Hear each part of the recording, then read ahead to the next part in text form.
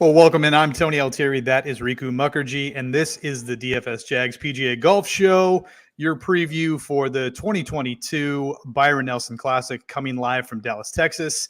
Coincidentally, Rick, I will be in Dallas for the tournament. I'll be at the tournament 2 days this week on Thursday and Saturday, and I'm excited, man. It's a really, really good field this year, especially a week before the PGA Championship, obviously the next major on the slate. But before we jump into all that, I was telling Mike off air, dude, I got murdered last week. Absolutely. I mean, I didn't hit a 6-6. I didn't hit a prop. Obviously, I didn't hit an outright. Last week was a tough week, and I felt like all of the things that we had talked about, all of the narratives around Team No Putt and what it was going to take to win, it all played out. I didn't have the right guys.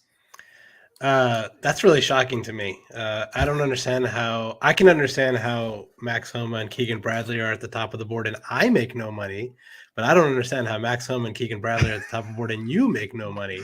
Because those Max Homa, especially, man, that's your boy. Like, you bet him every week, and I never really get to him. I never really get to Keegan. But yeah, same here, man. I got murdered last week also. Didn't make a single cent anywhere. Once again, multiple runner-ups for me, even though, I had Fitz and Cam Young both. And even though I never really thought they were going to win the tournament, they were completely out of it. Still stings a little bit, especially with Cam Young, who was my pick to win the tournament. He was my one and done. He's my biggest bet of the week. And the guy just literally couldn't make a putt. He was, I think he missed like 10 putts inside of 10 feet or something like in the week. And if he just makes a couple of those putts, he's going to win that tournament. But ball striking, he was just superb all week. Yeah, well, you hit it on the head. For me, Homa, I've hit him in his 3 previous wins. He is a guy I find myself around because I love the number on him. He's typically anywhere from that 35 to 80 number, depending on the field strength. And he fell into that again. And for some reason, I didn't click his name this week. So that was tough to swallow. But when you look at how those guys got it done, you mentioned both Keegan Bradley and Max Homa. Both guys aren't, necessarily superb putters. Homa's much better than Keegan, but both guys gained over 7 strokes putting. Max Homa 7.6 on the week. Keegan Bradley nearly 10 strokes putting against the field, which is crazy because he is a terrible putter. And he and both Max Homa were on fire. Fitz did what he did. He gained 7 strokes putting. The ball striking was immaculate. Cam Young, 15.5 tee to green. So good tee to green. It was insane.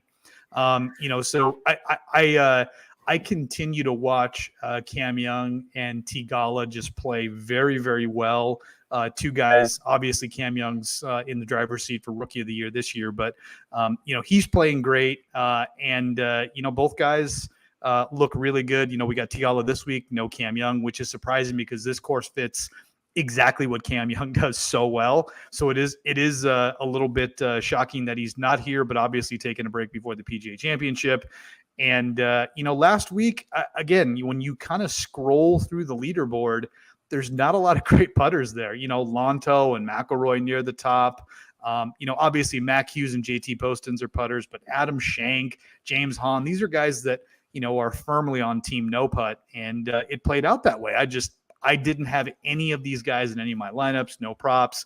And it was tough. So I've basically emptied all of the goodwill that I've accumulated throughout the year. And the only guy that made any money last week was our boy Chris. He continues to hit top 5s and top 10s. Guy, literally all he does is take our plays and bets them in top 5s and top 10s and makes money. And that's the right way to bet golf, I guess. But when you're trying to hit an outright winner and you're trying to get the big bucks, and when we're betting 30 to 40 long shots and even bigger than that, that's what we're going for. We're trying to get the big money there. But Chris is sitting here taking our bets, and he's strategically placing top 5, top 10 bets. And when me and you are hitting runner-up players and getting no money, he's sitting there grinding out profit every week. And good for him, man. He doesn't have the I guess the pedigree is not the right word. He doesn't have the longevity that we do when it comes to golf gambling. So I know for him, it's nice to grind out a week where you make a couple $100 hitting like a T5 or a T10. But for us, when we're in it for the long haul, when we've been doing this a long time, it's that one week where we hit that 40-1, that 50-1 winner, that 100-1 winner that, pays for our year. And we have enough, bankroll to be able to continue to bet. But it would be nice after 4 weeks of nothing but runner ups to actually hit one this week. Yeah, in kind of transition in this week, we've got a really good field. I talked about it a little bit off the jump. We've got a number of the top players in the world. I think 7 of the top 10 are here this week. A bunch of guys gearing up and getting ready for the PGA Championship. And this is a little bit different. The Byron Nelson's been on tour. It's a tournament that's been around for a very long time. But this is a tournament that's kind of been a bit of a gypsy the last few years. This is only the second year that it's going to be played at TPC Craig Ranch. Prior to that, it was played at an intermittent course. And then before that, it was played at Cottonwood for like 40 years. So, we don't have a ton of tournament history going into this in terms of, how guys play. We've only got 1 year to look at.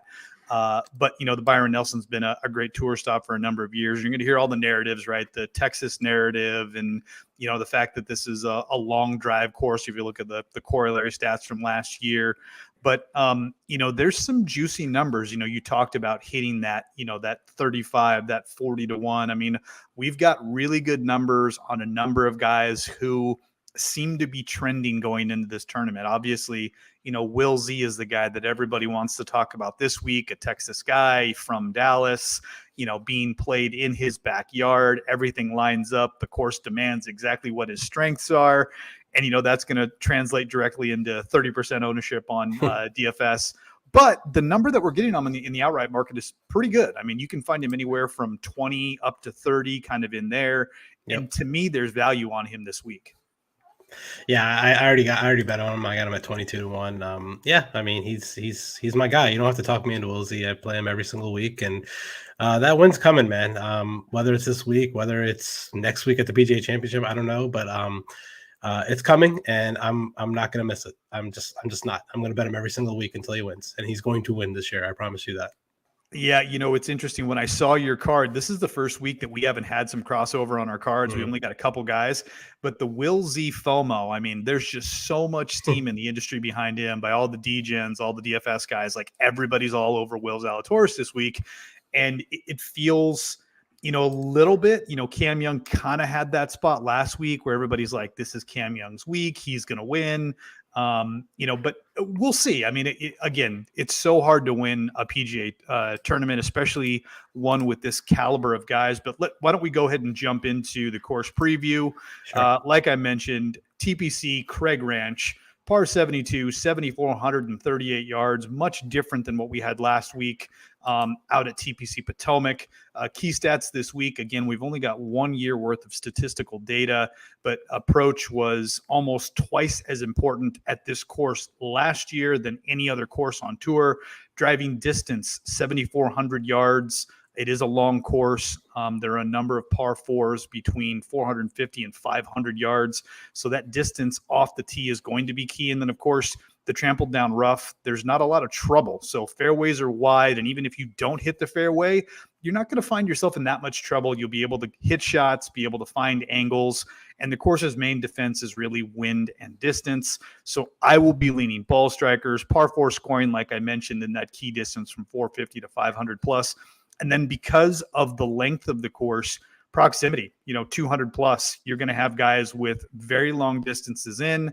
These greens are big, but the closer you can put the ball to the flag, obviously better scoring opportunities. KH Lee's our champion from last year, and I think he shot something like 24, 25 under to win this tournament. So we expect another score fest. Looking at the weather going into the week, and I'm saying this because I'm going to be there tomorrow, it is going to be hot and muggy. You're going to have temperatures anywhere between 95 and 100 degrees, so the ball's going to travel. The wind looks like it's going to be laying down, but obviously, things can change in the afternoons in Texas, but it should be primed for another score fest. And like I said, we've got a great field here. So why don't we go ahead and jump into the top of the board, the guys above $10,000 on DraftKings and your favorite on the betting board, Scheffler, Thomas, DJ, and Spieth. Obviously, in the overall model, my ranking system, those guys are all phenomenal. DJ is probably the one guy that I would say is a bit of an outlier in this group. He has been playing okay, not great this year. But again, I think what we're seeing is similar to some of the other super elites where DJ, Brooks Koepka, these guys are kind of picking and choosing their spots where they want to play. And obviously this is the tune-up for the PGA Championship. But Rick, what do you like at the top of the board, and where do you think ownership starts to pool? It's going to pull right at the top, Scotty and JT, for sure. It looks like all the ownership is flocking towards both of them. DJ is the clear pivot in this range. No one's really going to him. And I get it. I don't really like DJ this week. I think this is more of a tune-up for him for next week. He just got married. Who knows how much he's actually been practicing. He's one of those guys where I feel like when he's not playing like competitive golf, he's not really practicing that much. And I might be wrong about that, but I would think the fact that he just got married a couple weeks ago and he's probably been hanging out with Paulina and, celebrating with family and stuff like that. He probably hasn't been playing much golf. So I'm going to be out on DJ. Can't get there with Spieth either this week. The price tag is just 10-1 for Spieth, even though he's coming off of a win at the RBC. I don't know, man. I just can't get there. I know that I get the Texas narrative. I get he ball strike the hell out of the ball at RBC, even with a bad putter. I'd rather just find the extra money and get up to Scotty or JT this week. Between those two, I don't know, man. Scotty Scheffler's price just seems a little cheap, to be completely honest with you. 10-9 seems like a good price for him. I would have thought he would have been in the 11s. He's the hottest player on the planet. He played Southern Hills a couple days ago and he shot 64 in a practice round. So definitely going to have some exposure to him next week. He's probably going to win another major. That would be pretty crazy if he won this week and won another major next week. Then we might just have to anoint him in like Tiger category. But the guy is just on fire right now. He's good at birdie fests. I remember, I think it was not last year, but a couple years ago when DJ won at TPC River Highlands, Scotty shot like a 59 in that tournament, and he was right there. So we know that he can go low. Wide open course here for him. Birdie Fest, I think, just going to him is probably the better play for me compared to JT. I've been listening to podcasts today and yesterday, and I just never put it in my mind, but dude, JT hasn't won a golf tournament in like 15 months. Yeah, that's unreal. And at 10-6, you're asking him to win the golf tournament basically, or finish at least top 5. So yes, of course he can finish top 5, but I don't know, man. He really needs a win. What do you think about JT? I mean, he's the guy up here that I think needs a win more than anyone else on the planet. And whether it be this week or the PGA next week, he desperately needs a win. It's been a long time since he's seen the winner's circle. Yeah, for me, JT's probably the guy. Just it feels like he's trending towards a win. He's been so close, for a number of weeks. Obviously at the RBC Heritage, not his best performance. But again, that's a course that doesn't necessarily suit his style of play. He still gained, 5 strokes on approach. He had a top 10 at the Masters, a top 10 at the Valspar, top 10 at the Genesis, top 10 at the Phoenix Open. So he's just racking up, top 5s and top 10s. I think he's trending towards a win statistically, in some of the key stats that I threw out there. I mean, the guy's number 1 in approach over the last 24 rounds. He's top 5 in birdie or better. He's top 10 in proximity from 200 plus. He's number 2 in 3-putt avoidance. So, in terms of how he rates statistically, anytime you run JT, he's going to show up and look great. It's really hard for me to potentially pick him over Scotty Scheffler. Scheffler he's unreal, dude. There has not been a time this year since he won his first tournament, I think, which was what, back at Wampo at the Waste Management, where he hasn't looked like he's just in the driver's seat in a tournament. And this course again is not going to demand anything from him that he doesn't have in his bag. And, I don't know. I think a lot of people are going to end up going to Scheffler, for $300 more. It's like JT or Scheffler. Just play the number 1 player in the world, and just hope he plays like the number 1 player in the world. It feels a lot like he's getting to that stratosphere where Rahm is, where it's just like, okay, is Rahm going to win this week or not? And it feels like we're starting to ask that question about Scotty each and every week. Is Scotty going to win this week, or is he not going to win? And to your point, he's approaching Tiger levels. Yeah, you can't deny the win equity between those two right now. I know JT's won like 14, 15 times on tour, but we know he can win a golf tournament. But between those two at the moment, I'd rather take the win equity with Scotty Scheffler. The guy's won 4 or 5 of his last 7 events or something like that. It's ridiculous. Like he's just on fire right now. Let me ask you, just in a bucket, who's a better golfer, Scotty Scheffler or Justin Thomas? I mean, like just forget about DraftKings pricing odds right now. At this very moment, who is a better golfer between those two? Based off of this year, I can't believe I'm going to say this. Based off of this year, I don't think you can say anybody but Scotty Scheffler is the best player. That's just crazy. That's just crazy to think, because Justin Thomas has been a staple in the top 10 of the world for the last God knows how many years. And it feels like a decade. Yeah. We think we know how good he is, and we know he's obviously one of the best players on the planet. But right now, I think Scotty is a better player. I know, and that's the thing, is like you take him and put him up against anybody. John Rahm, he's a better player than John Rahm. John Rahm just won the Mexico Open, but Scotty Scheffler's won 4 times in 6 weeks. I mean, it's just, I hear what you're saying. It does feel so weird to say that. Like, we're in this weird stratosphere where he's just, vaulted to the top of basically everybody's board, and it happens so fast that it's like it doesn't feel real. Like I can't tangibly taste it. It just doesn't feel real. I just, you're right. It doesn't feel real. It's hard to think Scotty Scheffler is the number 1 player in the world, but he is. I mean, the guy is phenomenal, and I'll definitely have exposure to him this week for sure. I mean, it's just, I looked at, his stats and JT's stats, and it's just crazy. Like Justin Thomas, like he hasn't missed a cut in almost a year since the PGA Championship last year. Yeah. And he's gained on approach in every single tournament but one in that stretch. And the only one that he didn't was in the US Open, which is insane. I mean, the ball striking is and the fact that he doesn't have a win in there is ridiculous. Even more insane. Like how is he not won a tournament in the last year and a half? I know it is absolutely crazy, but since the miscut, he has 1, 2, 3, 4, 5, 6 top 5s, 1, 2, 3, 4, 5, 6, 7, 8 top 10s. I mean, it just, again, and we're looking at him and saying objectively, Scotty Scheffler is a better player right now. Yeah. And to be completely honest with you, because of how cheap, quote unquote cheap Scotty Scheffler is, even though he's at the top of the board, there's value. Yeah, there's value. And you could potentially start your lineup Scotty and JT and start with those two, and then just dip down to the 7s and 6s and make your lineup that way. You could. I mean, that might be a little different way to kind of start. They're both going to be chalky, but if you start with both of them, that's going to be a little less chalky than what other people are doing. So just a thought. But those are my 2 guys up here. I'm fading DJ and Spieth up here.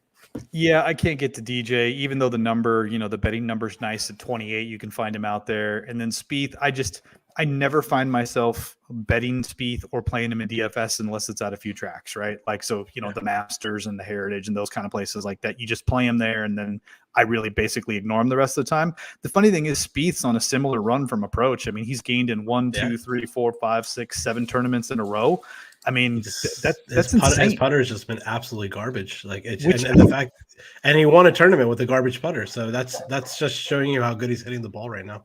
I mean, he played Valero, which is a course for him. Tee to green, he gained almost 11 strokes, and he lost 7 strokes putting. Jordan Spieth, kind of bizarro world are we in where Jordan Spieth is gaining, 10 strokes tee to green. He's gaining strokes off the tee, but he basically bleeds 7 strokes on the greens.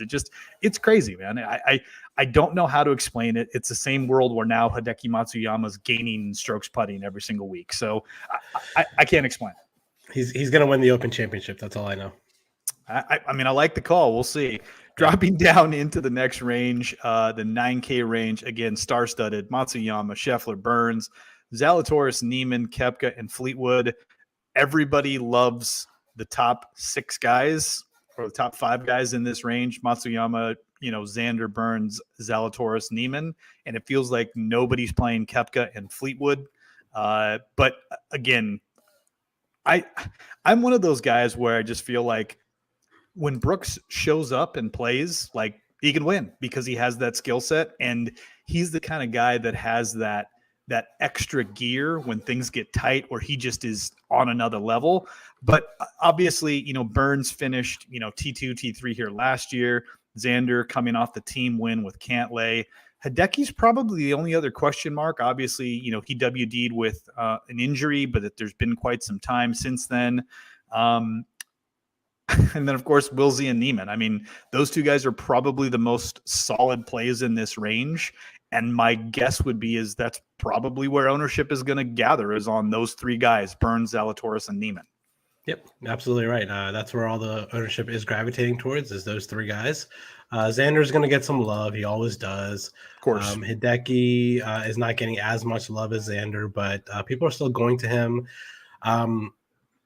For me, I can't help it. I love those three guys in the middle, Burns, Zalatoris, and Neiman. And I know we talked a lot about Zalatoris earlier, but I will throw a little curveball here. I'm going to say, just like last week that I predicted Cam Young was going to win the tournament, and he finished second.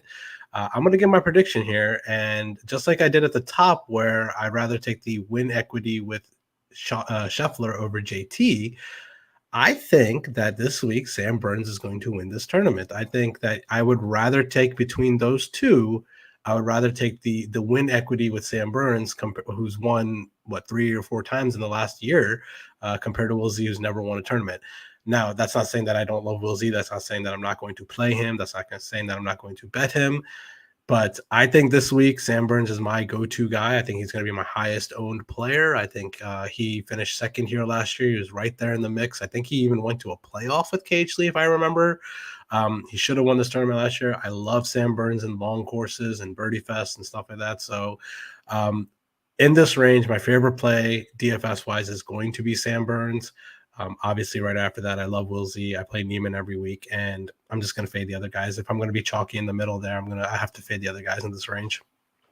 Yeah, I like Burns a lot here this week as well, too. Obviously, he's not rating out as high in my model because we basically lose the win at Valspar in terms of the last 5-6 tournaments. So you're not getting that. And the only thing we're really getting is the miscut, at the Masters. But again, he finished T2 here last year. Statistically, he rates out in the top 20. And that core of guys from basically Koepka to Schauffele, statistically, I mean, dude, they're just nails. So there's not a lot that you can go wrong with. I do love the call on Burns this week. It was really, really hard to try and pick somebody to bet in this range because I wanted to bet every one of these guys. The numbers were very, very good. And, it'll be interesting. I think, that what it really comes down to is, like you mentioned at the top of the board with Scotty and with JT is you can pick a chalky guy. You may even be able to pick 2 chalky guys, and that may be a way to differentiate yourself here, but you're going to have to get down on the board in the low 7s and maybe even the 6s to fill out your lineup. And it gets kind of ugly quick when we get into the low 7s and especially the 6s. There's just not a lot of great options down there. So, it depends how your lineup construction is going to fall. And I have a sneaking suspicion that we could see ownership kind of balance this week, where we typically see a guy from the top, a guy from this range, and then people play folks like sub 7,500 to fill out their lineups. I think you're going to see people play a lot of people in the 9s, obviously because of all the things that you mentioned. And then, of course, the 8s. When we get down into the 8s, the 8s are very strong as well, too. So I think you could see more balanced builds this week compared to other things. But, you've got the projections. How are things looking like where they're going to shape up right now? For ownership, it's looking like Burns, Zalatoris, Neiman. Those are the chalky ones. Xander coming in right after that. Brooks and Fleetwood are the obvious pivots here. Now, I will say about Tommy here, I don't really understand the price. 9,000 seems like pretty high for him. Yeah, but he has been playing great recently. He's been making cuts. He's been finishing in the top 20 nonstop. He had a 10th place finish at his last event. He's a clear pivot. I don't like him in Birdie Fest, but if you're trying to win a GPP, maybe he's the type of guy to go to here. Maybe he can keep the good form rolling. And at 9,000, you're not really asking him to win a tournament, but maybe finish in the top like 8, top 7, something like that, which is possible for him here. I don't see why. The biggest trouble with Tommy is always his, off the tee game, and at this course, it's not really going to penalize him. So with his iron game, it's phenomenal. So I could see game theory wise why you would want to go to Tommy in this situation, but I can't get there. Yeah, the interesting thing about Fleetwood is if you look at kind of how he's been getting it done, a lot of it has been around the green game and putting. You mentioned it in a score fest. Par is not a great score. You're losing field, or I should say you're losing ground to the field if you're, having to chip it close and tap in for par when other guys are, stalking pins and trying to hit birdie putts.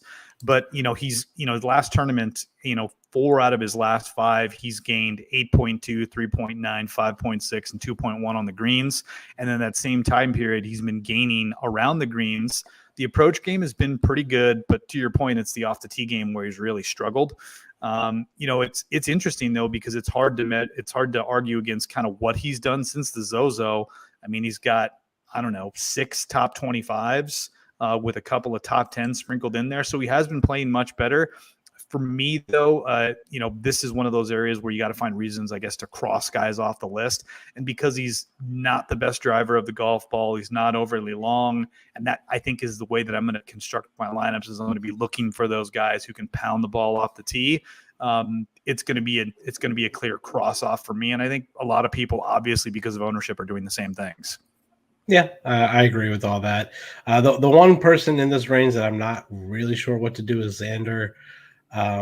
He was so bad at the Masters, but then he won a team event with Cantlay, where I don't really remember, but I think Cantlay kind of carried him that week. So it felt that way for sure. It felt that way for sure. So I'm not really sure. I used to love playing Xander, but the guy just doesn't win full field solo events. He just doesn't win those types of tournaments. That's not his bread and butter. So as much as it pains me to fade Xander, I think you have to, because I don't think the form is really there right now, even though quote unquote he is coming off of a win, but just a weird event with a team event. But maybe he needed that. Maybe he needed to see some money in his bank account. Maybe he needed to see some putts roll in, or some freedom in his golf swing, or something like that. And maybe he can turn it around. But I don't think I can get there this week with him. Yeah, I mean, looking at kind of his form and statistically how he rates out, again, it's kind of been all over the place for him. His only, top 10 finish here, and gosh, I don't know, going in 2022 was at the Phoenix Open. Oddly enough, the designer of this course is the same guy that designed TPC Scottsdale, where the Wampos played. So, that's a reason for me to jump on Brooks. So maybe I could see Xander. I just think it's so hard to argue against Wilsey, Burns, and Neiman this week. I just see so much upside for all 3 of those guys, as obviously everybody else is.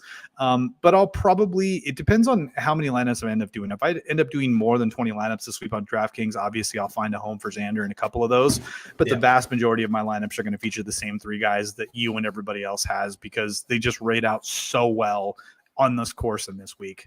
Yeah, and just for our listeners out there, if you're looking at, just so you guys know, if you're looking at Neiman's recent history or whatever, and you see a withdrawal at the last event, which is the Zurich Classic, just know that wasn't him. That was Mito Pereira, his teammate, who withdrew with I think a back injury or neck injury or something like that. So Neiman's healthy, he's fine.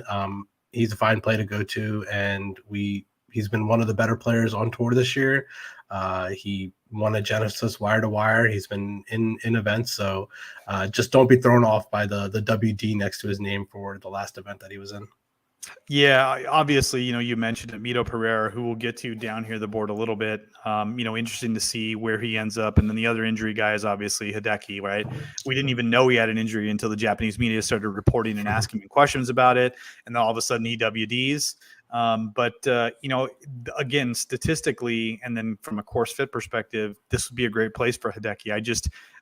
I don't know. After Casey absolutely jobbed me again last week, I thought, okay, I am going to take a risk and play Casey. I can't do it 2 weeks in a row, so I will not be playing. Stop playing Paul Casey until he plays 4 rounds. Do not play Paul Casey. Even next week at the PGA, do not play Paul Casey. I'm going to have to do the same thing with Hideki. If he comes out and wins this week or puts a really good showing together and finishes T5, great. I'll take a look at him for the PGA. But for me, it's a hard pass. I'm going to be with the hordes of other people on the 3 guys we keep mentioning.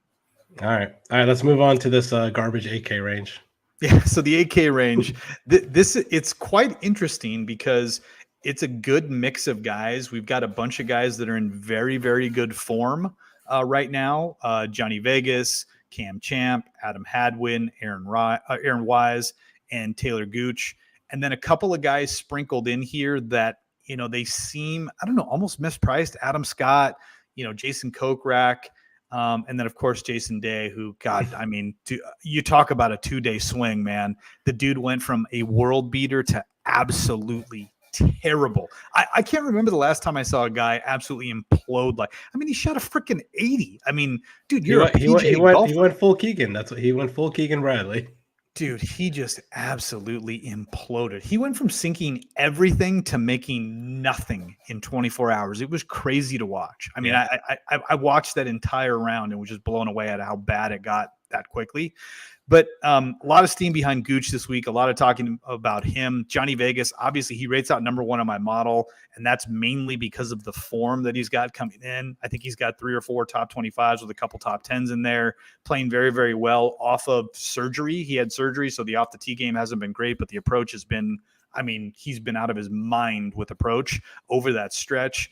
Who do you like in the 8K range? Obviously, Wise and Vegas and Hadwin are getting mentioned, but where do you think you're going to end up placing more of your ownership in this range? I made the mistake last week of not playing Johnny Vegas just because I was scared of him coming off of surgery where he got a procedure done on his shoulder or something like that. And I just was a little scared to play him last week, even though there was touts out there saying to play Johnny Vegas. I saw he was in a lot of lineups that were towards the top of contests and stuff like that. But I think I'm going to go to him this week. I think he's been it's just he got a procedure done and he had a little bit of a layoff, and then he came out and his approach game all of a sudden was even better than his approach game was before the surgery. And his off the tee game was what held him back last week. But at a course like we talked about earlier, where wide open fairways, and we know that historically Johnny Vegas is a good driver of the ball. I think that's going to come back to him this week. So I think my favorite play in this range is going to be Johnny Vegas. And I would probably say my second favorite play in this range. I know you're going to go to Aaron Wise because you love Aaron Wise. That's your boy. But it's probably, for me, it's probably debating between Hadwin and Champ. But the thing that leans me more towards Cameron Champ is the ownership. He's about half the ownership of Adam Hadwin right now. Adam Hadwin's coming in super chalky. So between those 3 right there, Aaron Wise, Adam Hadwin, Cameron Champ, the ownership is flooding towards Wise and Hadwin, and Champ is the clear pivot. Obviously, Jason Day is a clear pivot too, but we're not gonna talk about him. Jason Kokrak's obviously also a pivot. I'm not gonna talk about him. His mind is on the Saudi league, so I'm not really gonna go to him. So I think my second favorite play after Johnny Vegas is gonna take a low-owned Cam Champ at a course where he can just literally bomb it away. He has no trouble off the tee. We know how long he is off the tee. We saw him how good he's been hitting the ball at Augusta in Mexico a couple weeks ago. I think he's a sneaky play. I know he's on your betting card. I didn't get to the ability to bet him this week, but I will have exposure to Cameron Champ on my DFS lineups. Yeah, I love Champ this week. I think there's going to be a lot of similarities, not only in the style of play, but in the leaderboard from the Mexico Open. So if you look, a lot of the guys that I bet this week, they were near the top of the leaderboard in the Mexico Open, just because if we're talking about a course that is wide open, that's not going to put a premium on accuracy, but is putting a premium on distance. I love that setup. That's exactly how it was in Mexico. And I think you're going to see a lot of the tournament play out the same way. And a lot of these same guys, Champ being one of them, that are going to be able to take advantage of that length off the tee. They may spray it around a little bit, but they're able to get up and down. So I like Champ a lot. He's also a guy that is streaky. When he starts playing good, he just seems to play good for a while until he wins, and then he disappears again. So I feel like we're on that trajectory. I really thought we were going to get it in Mexico. Everything I thought was lining up for him didn't happen. The other guy I really like in this range is Gooch. Outside of the miscut at the Genesis, and obviously the bad weather draw at the Players, I don't even count that in. He's played very, very well this year. His off the tee game is the spot where he probably is the weakest. He consistently gains on approach. He's decent with the putter, and his tee to green game overall is okay. But I like the distance with Gooch. And again, he's a better putter on POA. But he has been putting very well, scores extremely high in 3-putt avoidance. So I like Gooch a lot in this range. I think he's probably going to end up being chalky. But this is an instance where, you mentioned Johnny Vegas. I think Vegas is going to be super chalky this week as well. I mean, you go Vegas, Gooch, Champ. I mean, again, it doesn't have the pedigree or the win equity that you do if you have guys in the 9Ks or in the 10Ks, but you want to get different. You want to play the ownership narrative, playing game theory, take those 3 guys at 8K. I mean, that's pretty stout. The one guy that I'm surprised I haven't heard anything about because he was so heavily touted throughout the year. No one's talking about him this week is Adam Scott. Again, I get the, not really the guy you want in a birdie fest. He tends to play better at tougher, low scoring events. But I mean, Scott, he's been putting the lights out, and he is at least his long-term form. He's, a ball striker's ball striker. I don't know. It's weird. It just feels like he's a forgotten man in this range. Yeah, he is. I think mainly because we don't really understand why he's here. He's usually not the type of guy to play an event. I mean, maybe play this kind of event, but maybe he's just getting a tune-up for next week. And I wouldn't really say that we don't like him in Birdie Fest. It's just that we never really see him in Birdie Fests because he usually plays like the tougher tournaments throughout the year, tougher courses where he thrives at. But I will remind you that last year, he played at the Wyndham, which is a birdie fest, and he should have won that tournament. And we were shocked that he played in that event, but it was one of those events where he was one of the classier players in the field, and he wasn't priced that high, and it was a birdie fest, and he should have won. So I don't know if we don't like him in birdie fest. I just don't know if we have enough data to know how he is in birdie fest, to be completely honest with you. So yeah, you're right. He's a sneaky little play here. He's definitely going to be low owned. No one's talking about him. I'm seeing like 7% ownership on him this week. But I just don't know where his game's at right now. I just can't really get there, especially when I like players below him better, like Vegas and Champ and Gooch and stuff like that. So he's going to be a forgotten guy for me too. I don't know. I just kind of need to see a little bit from him before I go to him. I like him. I wouldn't mind if he, put together like a 15th place finish this week, something like that, the 20th place finish this week. And then you can go to him next week at the PGA, which is an event that I would much rather play Adam Scott at. So yeah, I just can't get there with him this week. No, it's a valid point. And I think, the price tag at 8,700, the top of the 8Ks, I think that's going to scare a lot of people away. Him and Fleetwood kind of are bookend together, and I don't think anybody's going to own either guy.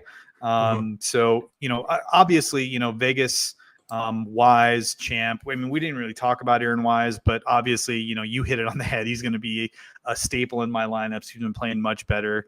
I think he actually won this tournament at a different course 3 or 4 years ago. So I love Aaron Wise this week. I feel like the game's finally back in form, the ball striking especially. And if we could just get a decent putting week from him, I mean, it feels like it's so close. Past winner of this event, but not this course. Yep, exactly. All right, 7Ks.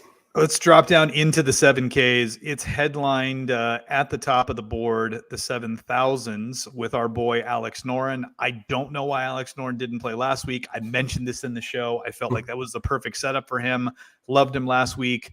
I will not be playing him this week. He's been playing very, very well, and so I totally get the narrative. Very good in long par fours, par five scoring, but I will not be playing him this week. But there are a number of options. Seamus Powers, Mav McNeely getting a lot of steam. Siwoo Kim, who got steam last week. But again, I feel like this is a better setup for him. Lanto, who's been playing much better. Davis Riley, who's been making runs each and every week. My boy Seabass, this is perfectly set up for Seabass. And then, of course, the question mark of all question marks, Mito Pereira. You mentioned it. The last time we saw him, he WD'd in the team event, claiming a back injury. So this is his first appearance since then. One other notable guy in this range to throw out there before we dig into it is obviously past champion, last year's winner at this course, 25 under, KH Lee at $7,500. I mean, it seems like there's value there, but where do you think people are going to end up? Because there's a crap ton of names and options here. And I guess, a lot of it is really going to depend on how people do construction, but where are you seeing ownership right now? And, what are the plays that you like down here? Above 7,500, it looks like all the ownership is going towards Maverick McNeely. He is coming in super, super chalky, which scares me. I really like Mav this week. I think this course suits his game pretty well. I just am scared to play a 20%, that's scary. That's very scary. I do have a bet on him. I got exposure to him in the betting market. So I think I'm going to fade him in DFS just because I got my exposure to him already in the betting market. So I'd rather go to any of these other guys around him. I like Davis Riley. He's coming in low owned. We know that he can compete in Birdie Fest. We saw him play really well in Mexico a couple weeks ago. I always play Mito. I'm a little scared to play him. I'm always scared to play guys coming off of injury. Yep. But I assume that if he's here, he's healthy, he's ready to play. Sepp Straka and Seamus Power literally broke my heart last week. I would have made good money in a lineup that I had Sepp Straka in if the cut moved to plus one. Last week. He was my last guy in. He was my only guy that I missed in that lineup, but it was a good lineup that I had. But he broke my heart last week. Seamus Power broke my heart last week.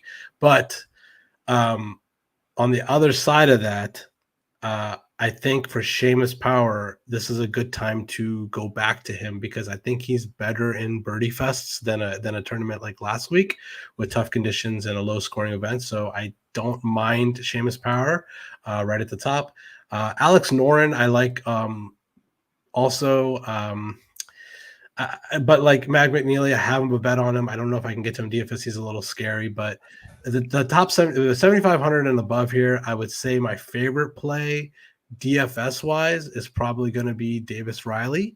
And my second favorite play, my second favorite play would probably be Mav McNeely, but he's just too chalky. I just can't get to him. So my second favorite play up here, I'll probably say Mito, just because I always go to Mito, but I do like him, and I also like KH Lee at 7,500.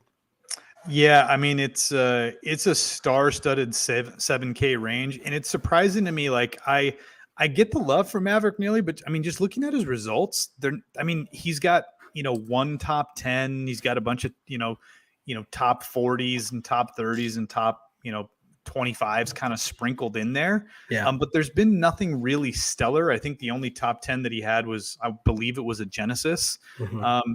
So, I tend to like him better when we're talking about smaller greens. Pebble was a place where everybody thought he was going to win. I mean, God, people were calling that win, and he made the cut and finished like T35 or something like that. So it wasn't great, but so Mav's kind of a guy that I don't find myself getting to, but I get the statistical love for him. Mito is probably the one guy that I'll take a chance on. I've been a Mito guy since he jumped on tour.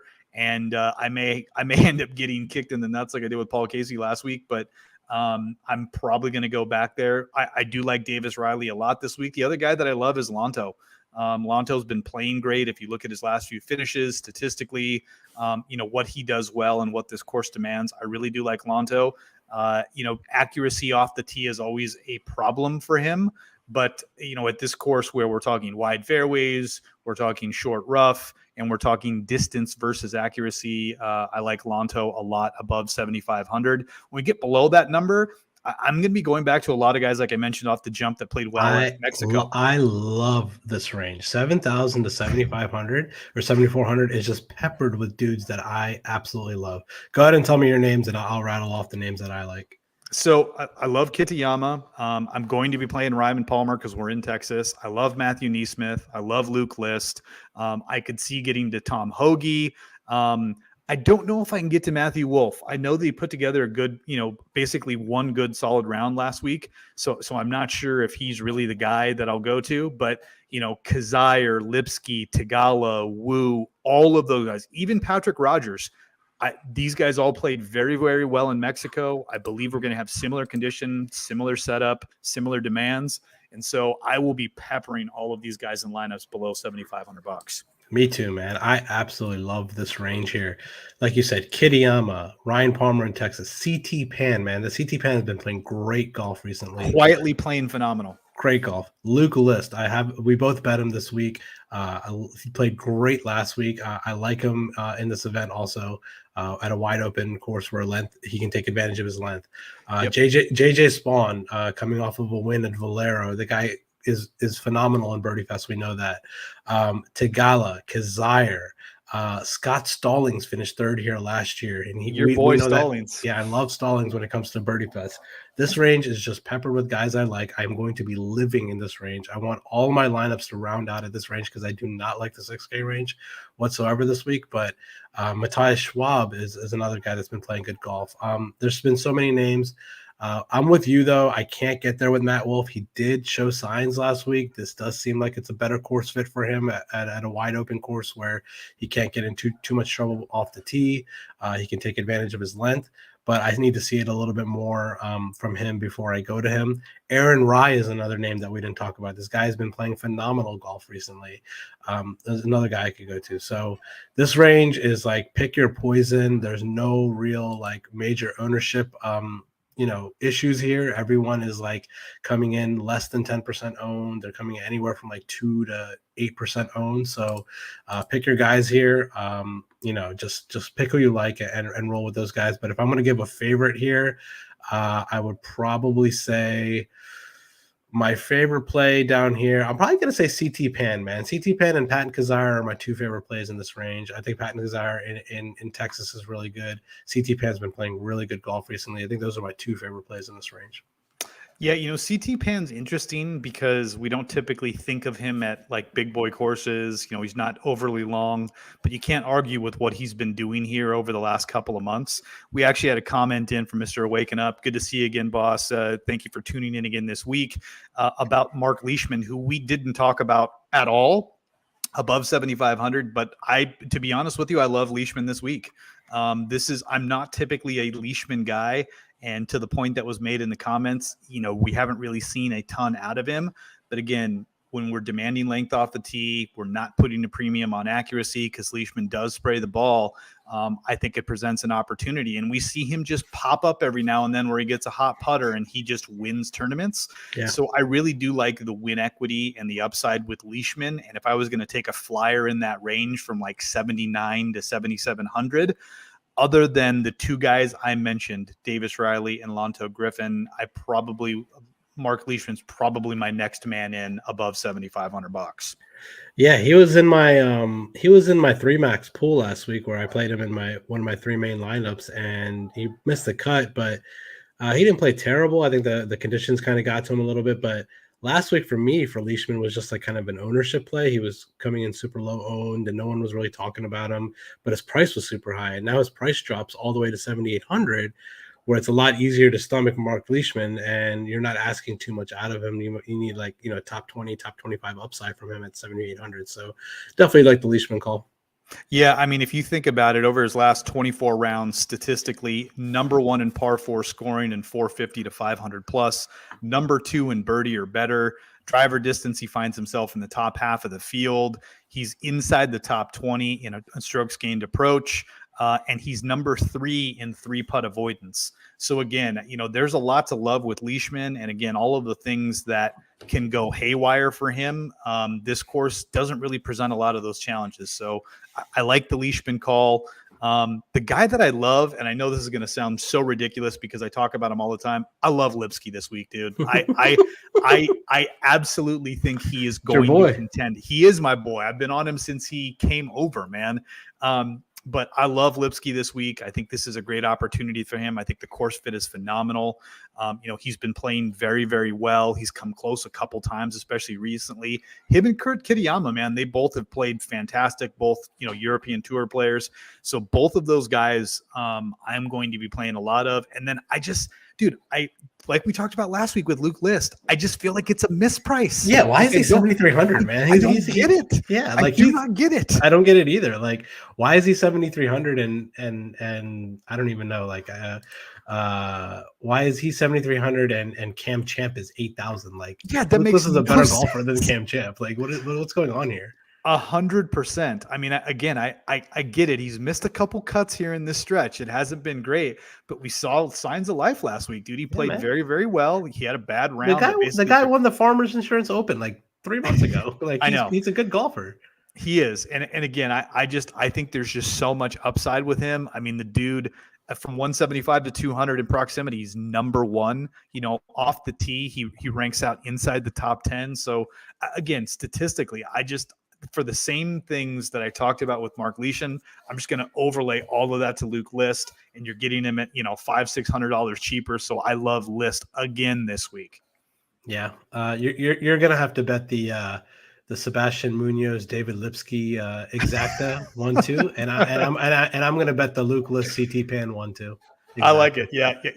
I don't even know why I even bother putting Munoz on my betting card, because I literally bet him every week. That's your boy, man. Yeah, I know. It's like him, Homa. Of course, I didn't bet Homa last week. Brain damage there, but I bet we need Munoz to do it for like 3 days instead of 1.5 days. I know, dude. He looks so good day 1, day 2, and then he just falls apart on Saturdays. I don't know what it is. He needs maybe to put in some more hours in the gym or something. Maybe he just runs out of gas. I don't know. Yeah, I mean, you mentioned Kazire too. I mean, Kazire is it's funny. I feel like the rule with Patton Kazire is if you're going to play Patton Kazire, play him in Texas.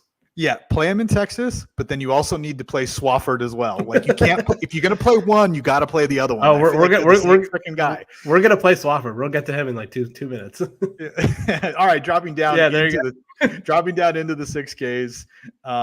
Again, we talked about this. There are a ton of names here. I mean, there's a bunch of guys, and there's not a ton to be super pumped up on.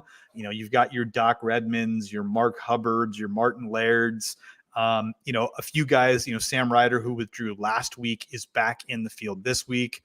The Wu brothers, Dylan and Brandon. So this is the 1 week where there seems to be a massive drop off in what I would call made cut top 25 equity in the 6K range versus the 7K range than I've probably seen in a very long time.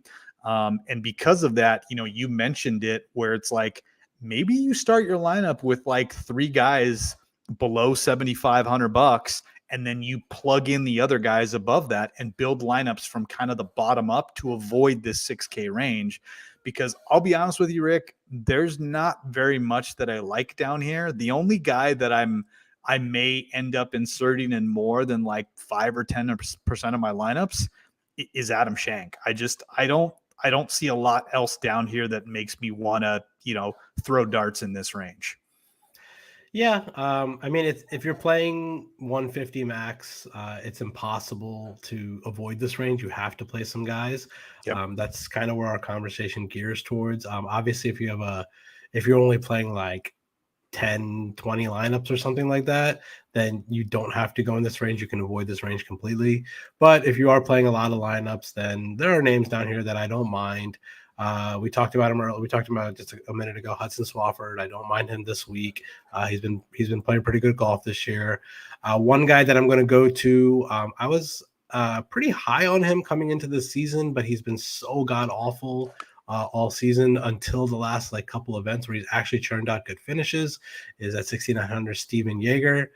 We saw him on the Corn Ferry Tour last year. He Dominant on the Corn Ferry Tour. Dominant. Like he was in contention week in, week out. So we know he's good in Birdie Fest, which is what the Corn Ferry Tour is. It's a Birdie Fest every single week.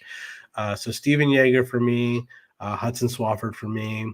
I like Hank Labiota at 6,700. He's been turning it around recently. I think he's been playing better golf recently. Austin Smotherman at 6,600 is another name for me. Scott Piercy has been turning it around also. I like those guys. Below Austin Smotherman at 6,600, there's really not much I like. Peter Malnati has been making a lot of cuts, but I just never really play that guy. A name that we never ever, I don't think we've ever mentioned on the show before, at 6,400 is Callum Tarrant. Oh yeah, he's been playing well. This guy's been playing good. We've seen his name pop up on leaderboards. He's another Corn Ferry guy, so we know he's habituated to playing in Birdie Fest. But other than that, man, I really don't have another single name below Austin Smotherman here. I mean, the only two guys I would think about is Malnati or Taryn, maybe James Hahn because he played well last week, but nothing else, man. Everything else is garbage. Yeah, I mean, our boy Smotherman, it hasn't been great. The thing that's amazing is statistically, I mean, when you run models, he just continues to pop because he just is so good, such a good ball striker. Yeah. But again, when we're talking about a Birdie Fest and we're talking about having to make putts, he dwindles very quickly. He was the only guy that kind of my eye gravitated to other than Shank down in this range. I mean, statistically, when I start looking at these guys and how they break down, Martin Laird pops up in the top 20, and that's mainly because, he scores so well on par fours, especially long ones. But I mean, dude, it gets tough. Swafford, who you mentioned, is probably another guy that I'll go to. And maybe Joseph Bramlett, just because when we talk about like driving distance, and the ability to hit long irons, he's consistently good in approach. So, Bramlett's maybe another guy at 6,500 that I could get to, but only out of necessity. Seventh place here last year. Yeah. Joseph Bramlett.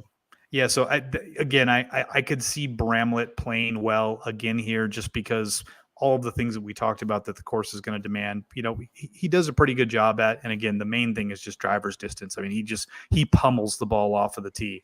So that's really it for me down here below 6K. Like I said, my lineups, I will probably end up doing what I mentioned, which is starting in the 7Ks, grabbing 2, 3, 4 guys in the $7,000 range, and then building from the bottom up into the 8, 9s, and 10Ks, because I want to try and avoid this area as much as possible. Like you mentioned, if you have to venture down here, a couple other names just to throw out Henrik Norlander is a guy when we talk about ball striking and distance. The other Wolf, Jared Wolf, also pummels the ball off of the tee. He's down here at 6,100. And I mean, other than that, man, I used to be a Kevin Tway guy, but it's been so bad for so long. I don't think I can get back there again. And then our boy Duff Daddy, for whatever reason, he just always finds his way into at least one of my lineups every week. He's also down here not playing very well. And then Twitter superstar, West Texas driving pro, JJ Colleen, he is also down here at the minimum $6,000. Don't know who that is. Oh yeah, dude, I follow him on Twitter. West Texas Driving Pro is his Twitter handle.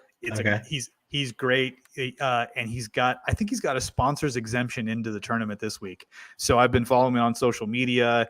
I reached out to him. I'm going to try and see him at the tournament both Thursday and Sunday, or Thursday and Saturday. But if he makes the cut, but he's in there at the min. The only reason I do it is because he's from Texas. That's it. Okay. For you guys out there, the only 3 guys in the 6K range that finished in the top 10 last year were Doc Rudman. He finished 9th at this tournament. Joseph Bramlett, like I just said, he finished 7th. And surprisingly, this actually kind of surprised me, especially because he played pretty good at the Masters. Maybe it's a name we could go to, is Charles Schwartzel. He finished 3rd here last year. So I don't know, maybe he can turn some of that good form from Augusta into another top 10 finish here. A top 10 at 6,700 is phenomenal, but Charles Schwartzel can make the cut here. I don't see why not. Yeah, I mean, a long-term form, major winner, saw him flash at the Masters because he plays well at Augusta every year. And hey, if Cam Champ plays well at Augusta, and that's a reason for us to play him here at this course because you need length and doesn't demand, accuracy, maybe you can ride the same narrative with Schwartzel. We got another major winner down here. Well, Duffner's won a major. Oh yeah, Duffner. I wasn't thinking about Duffner. I was thinking about, at the bare minimum, Justin Leonard in the field.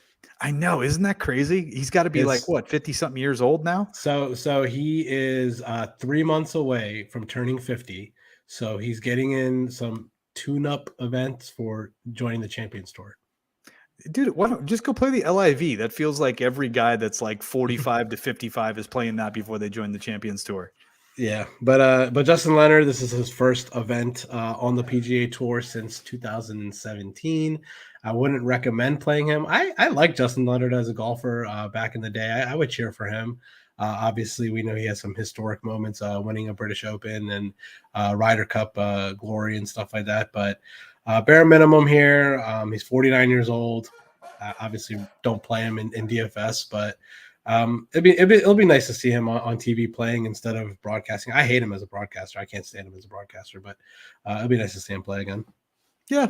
I mean, again, if you need $6,000, I mean, him, Duffner, Andrew Loop, who I haven't seen in a while. I mean, there's names down here, but like I said, off the jump, I would avoid this range as much as possible. Avoid it. I would not do 6Ks this week. Just don't go there. Just if you need to end off your if you need to end off your lineup in 6K, go to somebody like Jaeger or Swafford or the guys that we talked about towards the top of the 6Ks. Dude, other major winner, Danny Willett. Danny Willett. I didn't see him either. Yeah, Danny Willett here at $6,900. Yeah, so we've got a couple major winners down here. Winners down here. Wow. Yeah. All right, getting into the betting card for the week. Again, I mentioned it at the beginning of the show, dude. Like, this is the first week where we don't have a lot of crossover in our betting cards, which is surprising. But I broke my rule. I'm going below 20-1. I am taking the flyer on JT, just thinking that, he's due. You mentioned it, Rick, hasn't won in over a year. So I'm taking that. Again, betting the upside on Brooks. I like Gooch a lot this week. And then flyers on Champ, Riley, and Leishman. Like I said, I'm riding the Mexico Open narrative that this will play very, very similar. So I love Lonto and Munoz and Neesmith and Kazire and Kitayama and List and Lipsky. That is my card this week. Pretty bomber laden with guys who have very little accuracy.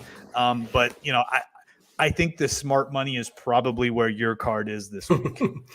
Dude, your card is so different than anything I see from you every week. Besides Munoz, it's like at the top of the card. It's just surprising to me, like what you're not names that I typically play. Yeah, I just figure it's been since Scheffler at the Masters, and before that, I think it was like Cam Smith. It's been such a dry spell. I'm like, I got to change it up. So making some changes, trying some things. But like I said, I think the smart money is with your card this week. Well, yeah.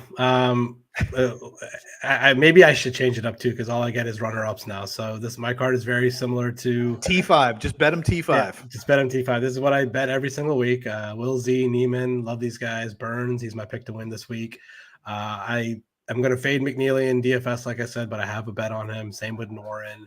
I got them at 55 and 66-1. So those are my main bets. My bombs: CT Pan, Patton Kazire, KH Lee, Luke List. I love that number, man. 130-1 is a great number on Luke List this week. Sahith, Steven Yeager, Hank Lebioda, and Hudson Swafford at Swaff Daddy at 250-1. So that rounds out my bombs there. I might, at this moment in time, I don't have Champ or Munoz on my card, and if I was going to add them, those would be the two names that I add. Just because I really liked Champ at Mexico, and you're kind of talking me into Champ.